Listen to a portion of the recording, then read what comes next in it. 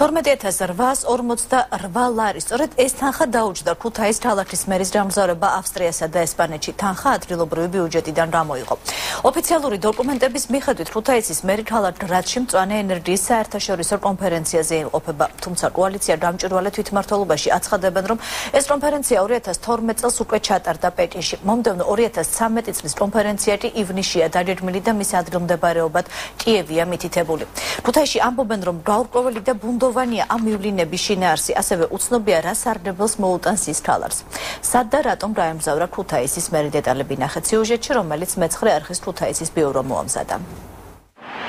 ავსტრიასა და ესპანეთში ქუთაისის მერის ერთკვირიანი ვიზიტისთვის ქალაქის ბიუჯეტიდან 12,848 ლარი გამოიყო. ოფიციალური დოკუმენტების მიხედვით მერი ქალაქ გრაცში მწვანე ენერგიის საერთაშორისო კონფერენციაზე იმყოფება.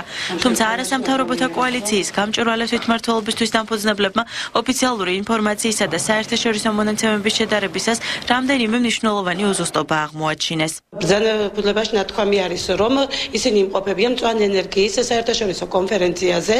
და ჩვენთვის ცნობილი გახდა, რომ 2012 წლის უკვე ეს კონფერენცია ჩატარდა პეკინში, ხოლო 2013 წლისათვის კონფერენცია დაგეგმილი არის ქალაქ კიევში ივნისის თვეში. უნდა იყოს ინფორმირებული ამის შესახებ საზოგადოება და უნდა იყოს სწორად გათვლილი ის სარგებელი, რაც შეიძლება მოუტანოს ამ კონფერენციამ იმ ხარჯთან, რომელსაც გაწევს ქალაქი ამა თუ იმ მივლინებებისათვის. გრაცსა და მადრიდში მერის ვიზიტს უარყოფითად აფასებს პარტია თავისუფალი საქართველოს ქუთაისის ბიუროს ხელმძღვანელი. ზვიად წაკაძე ქალაქის ბიუჯეტიდან თანხის არამიზნობრივ ხარჯვაზე საუბრობს.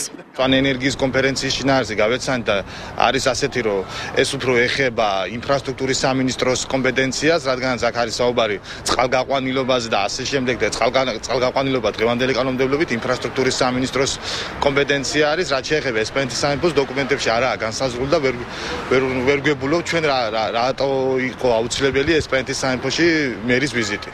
თვითმმართველობის მხრიდან წინა წლებში განხორციელებულ მივლინებებს აქტიურად აშუქებდა ახალი გაზეთი. გაზეთის რედაქტორ თეა ზიბზიბაძის თქმით, მსგავსი ვიზიტები როგორც წესი ქმედითი არ არის და მხოლოდ ხელოვნურ ხასიათს ატარებს.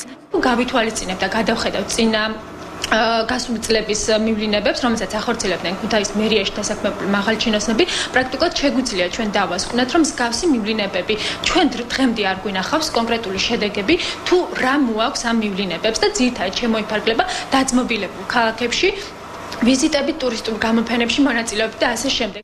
ქალაქის მერთან ერთად მივლინებაში იმყოფებიან მერის მოადგილის მოვალეობის შემსრულებელი კოტერატიანი, ადმინისტრაციული სამსახურის საგარეო ურთიერთობებისა და საერთაშორისო პროექტების განყოფილების უფროსი დავით მეგრელიშვილი. ქუთაისის მერიაში აცხადებენ, რომ მათი ვიზიტი გრაცსა და მადრიდში ქალაქს ვერ სარგებელს მოუტანს.